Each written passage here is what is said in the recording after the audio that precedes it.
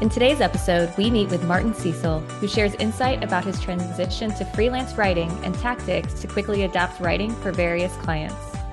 Martin is an experienced copywriter and content marketing expert who has worked for global software companies and is now a full-time freelance copywriter.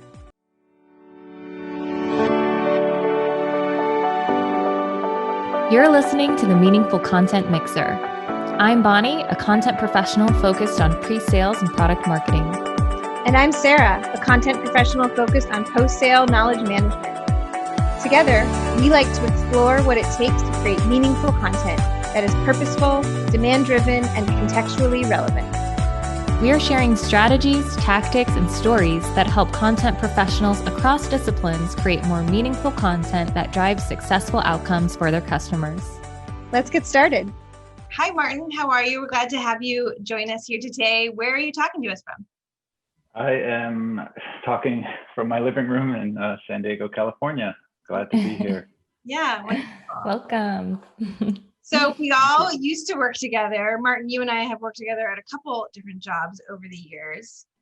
And at one point, all three of us were at the same company, but now we've all moved on to different roles, but really excited to be together again today to talk about your experience with writing and content. Me too. Yeah. Wonderful.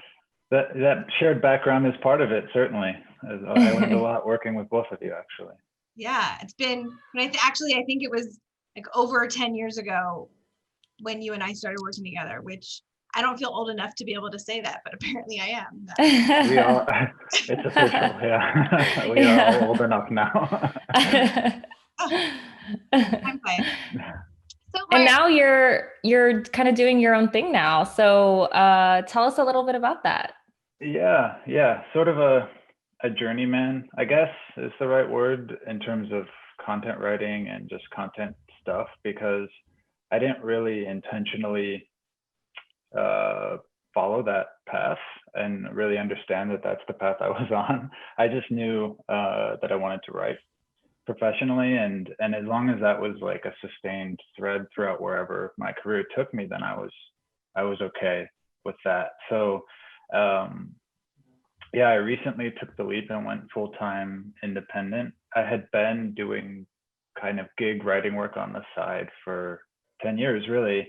And it started really ugly and weird. And then it kind of evolved and became more and more of a part of my life and a part of my professional life and my income. And I finally was able to make that full-time leap to independent. And during that time, I had really three main in-house roles. So I was a technical writer at one point for ESET North America, where I worked with Sarah. And then I did a short stint as so they called it technical copywriting at Welk Resorts up in San Marcos for their creative services team.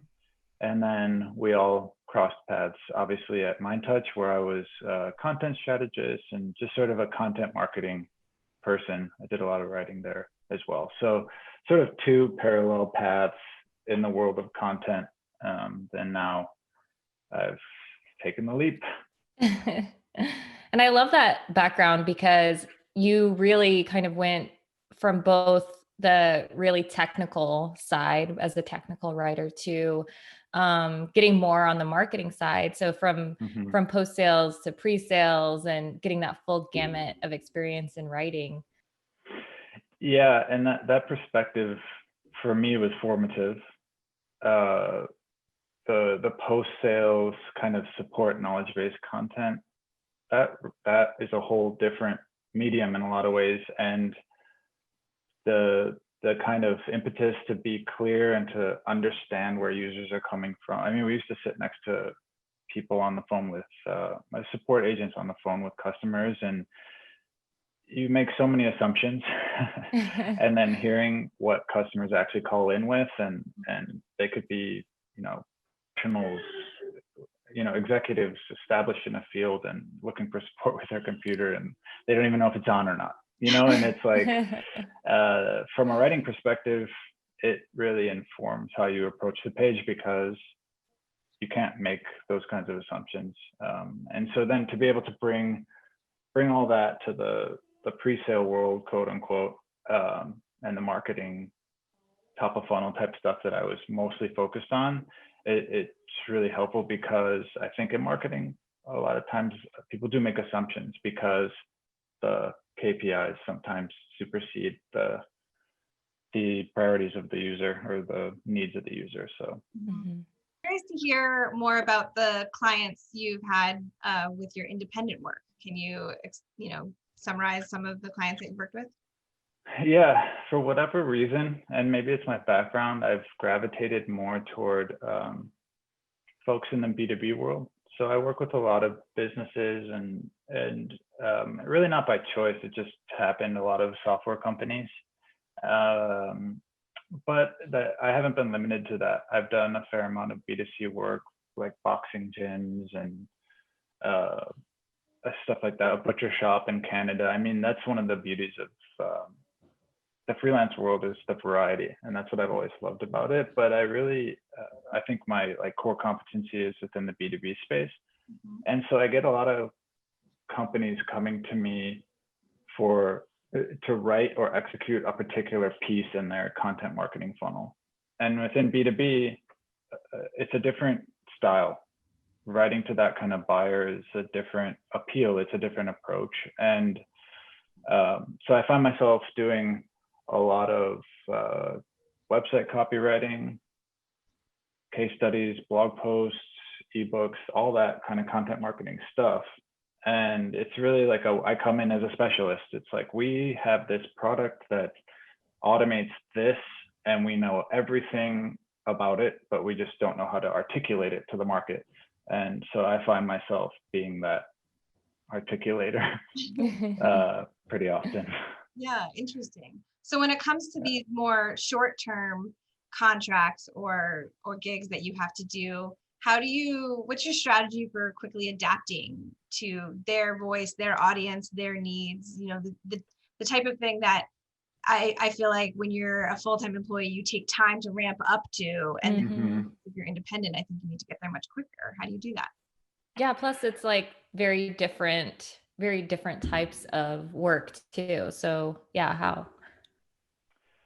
Yeah, I think this is like the value of abstract thinking, and it's a lot of like non-writing sort of intangible skills, but I sort of know the nexus of like content marketing material that I'm capable of.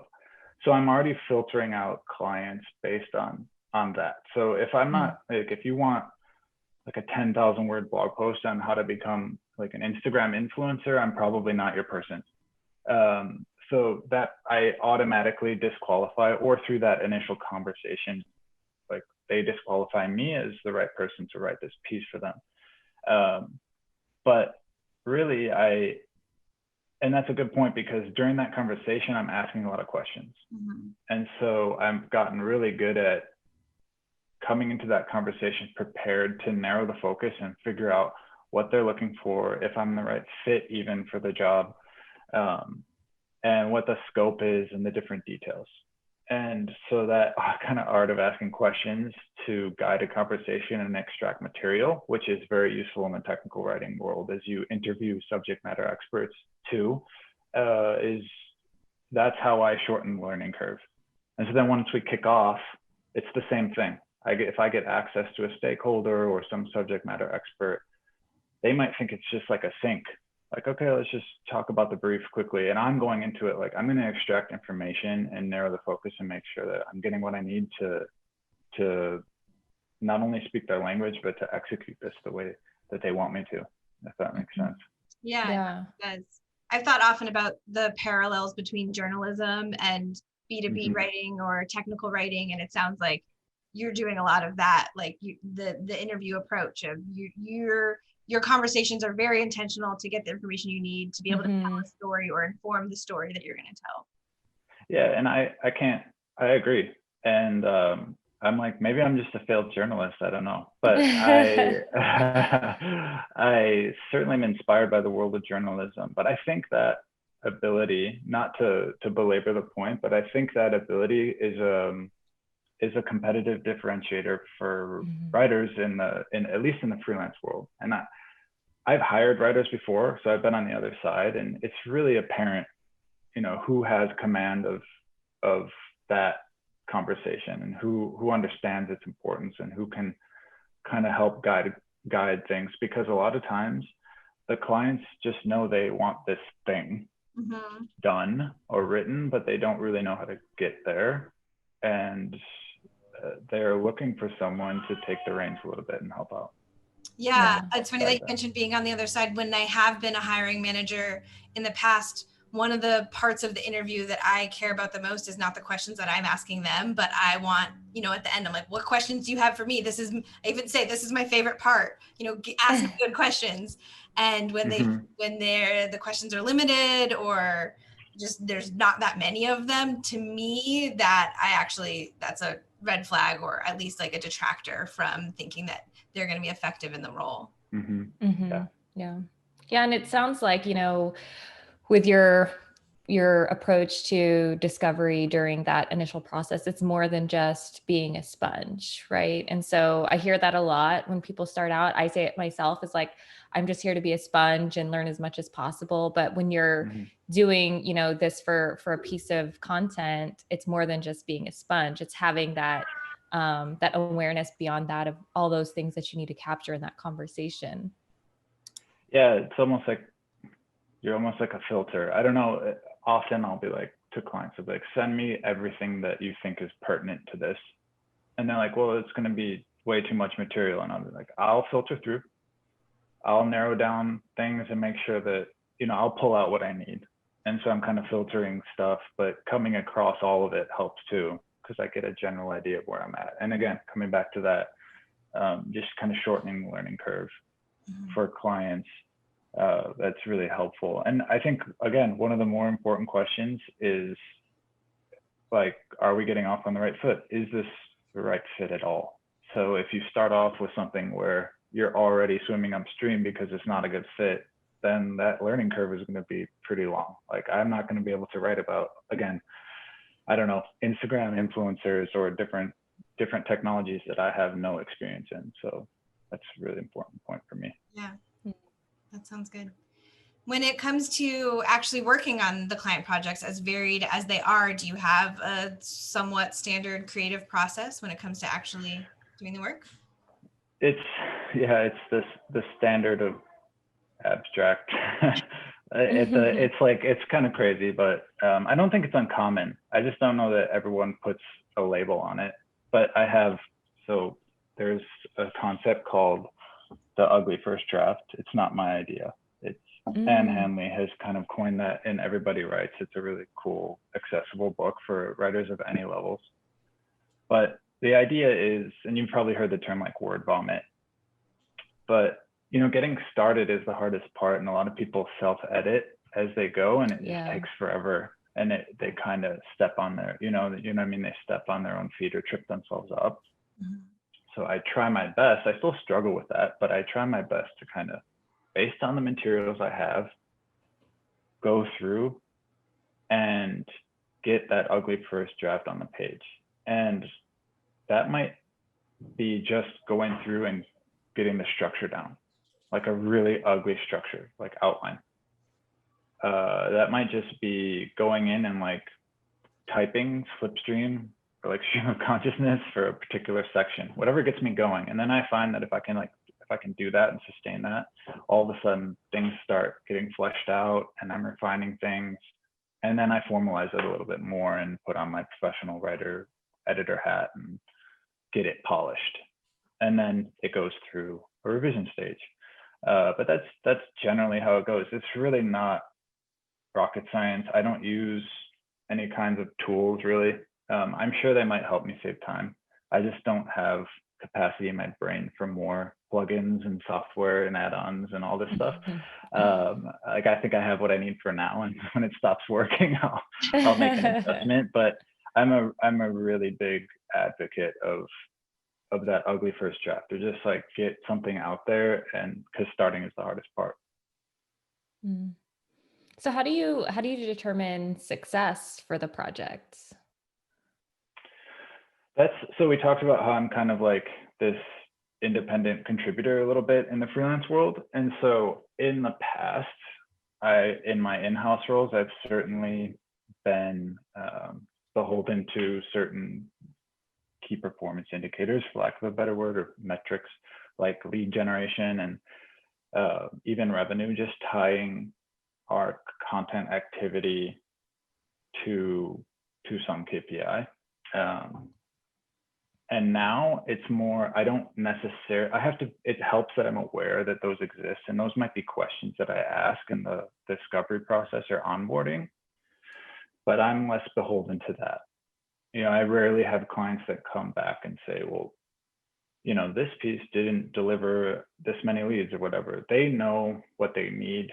And typically, if I'm not delivering the type of content that they're confident will deliver those results, we hash that out during the revisions process before it ever gets shipped. So I'm basically like a ghostwriter that hands off, like I execute on this piece and they take it. And that's a weird feeling because I think we should be measuring content. I was going through a course with Ahrefs called The Business of Blogging, I think it's called. I have it noted somewhere. I can send the link, certainly. Yeah.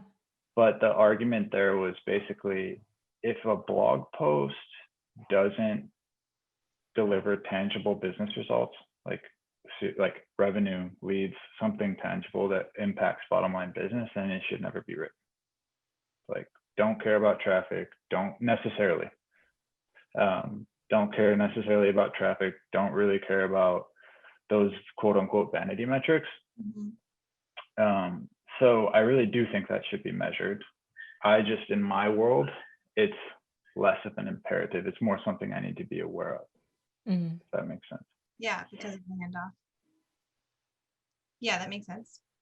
So I'm curious about format. It's something we've talked about on previous episodes here, which is that content professionals often over focus on format earlier on when it comes to sort of like the content life cycle, and that we should be more focused on substance, and that as part of developing that substance in a way that best is going to meet your goals, the format kind of reveals itself in a sense. Is that something that you work on with your clients, or do your clients generally already come to you knowing what the format should be, or do you have any back and forth about that?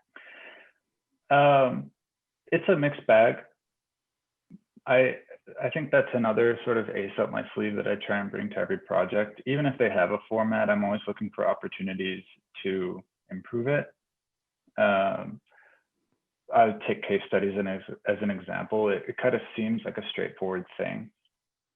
Pretty simple. It's like problems or challenges, solutions and outcomes, and maybe some quotes interspersed. But I think there's ways to enrich that experience just with layout and format, to your point, that make it potentially more successful for its purpose. So engaging a prospect, deeper down the funnel if you're in conversation with them, and if we're talking about a case study.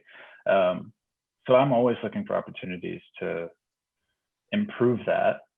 And then on the other end of that spectrum, if they don't give me anything, then that's a chance for me to differentiate myself as a writer and say, not only am I going to write the text, quote unquote, for you, but I'm going to make recommendations on how I think this should be laid out. And I have a couple of different ways of doing that. Is, again, not rocket science, but it does require an understanding of, document structure, best practices, for lack of a better phrase, SEO to a certain extent, web best practices. So that's certainly part of what I do. Yeah. SEO you just mentioned. I'm curious, how often is SEO at play in your client projects? A lot. Yeah. Yeah. And I guess what I mean by that is there is definitely, that's a concern of a lot of my clients, like especially with blog posts, which I happen to do a lot of.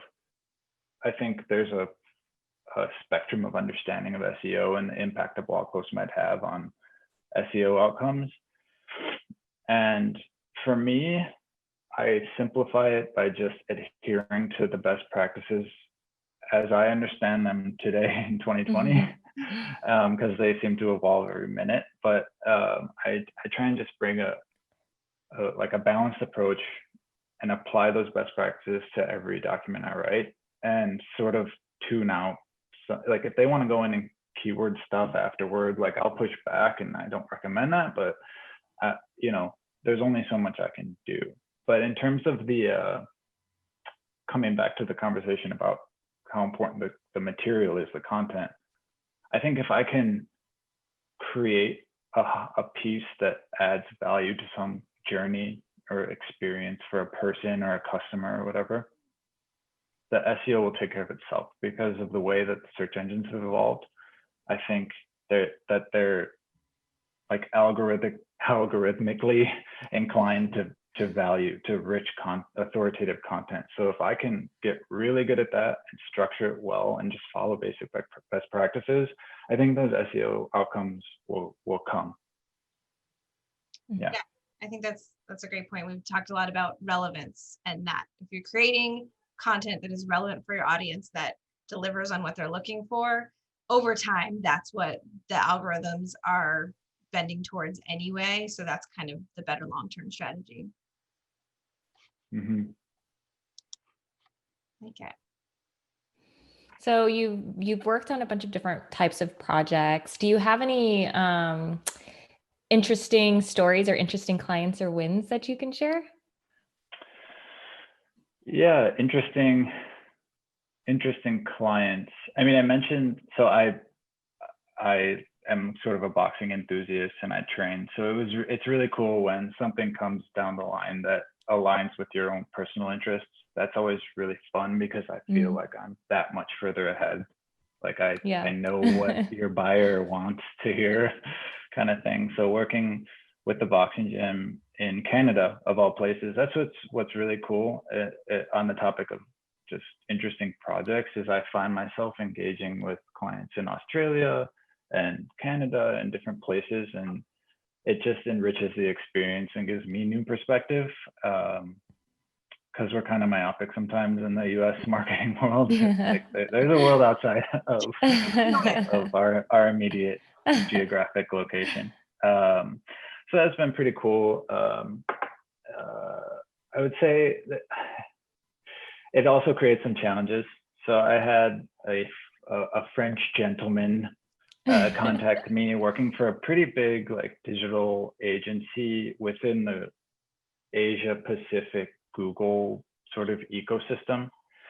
And it was, the project was kind of to write a brand manifesto. And I hadn't really worked on that. I've done a lot of storytelling, but, and that lends well to like a brand manifesto, I think, but I hadn't really done that before. And we spent probably 4 or 5 hours on a Zoom call doing pretty intense creative discovery. And this is someone I had never met before. And it's a world that I had never been involved with before. And so learning how that worked and then trying to adapt that into a brand manifesto they can use on pitch decks for multi-million-dollar projects was challenging and really kind of invigorating from a creative standpoint. And from what I understand, it turned out really well. It translated directly into what they were using on their website and in their pitch deck. And so I would call that a big win.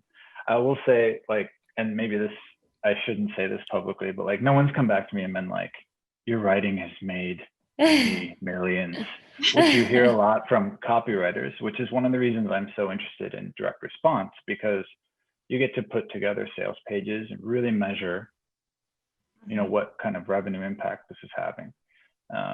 So I'm still trying to break into that world, but there's time. You get there. I think so. Yeah. What about any tough lessons learned the hard way that others could avoid? Any advice? Oh, yeah, sure. I mean, from the freelance world, I had to learn the hard way that it's about maybe 30% actually writing and being a good writer, and then a lot of being a business owner. And so I have never been a salesperson, at least in a verbal sense. And so I've had some pretty awkward sales calls where I didn't really realize going into it early on that it was a sales call, meaning that I really was fighting for that contract, and that I was being evaluated in a lot of ways. And so you mentioned like being a sponge and coming into things like, okay, I'm just going to be here and take. Like, there's a lot more gives in a sales call and being prepared to guide the conversation. So I've had certainly some awkward sales calls that didn't go so well, but they were learning experiences. And just related to that is this idea of scope creep. Like, I've had bad sales calls in the sense that I didn't establish the scope with the client early on in clear enough terms, and then that came back to bite me later. That's happened. It happens less now, but it's certainly a lesson learned. And then always get a deposit. Sorry, but inevitably something comes up, and even people with the best intentions, really good faith clients, something comes up, they drag it out months when it was supposed to take weeks. And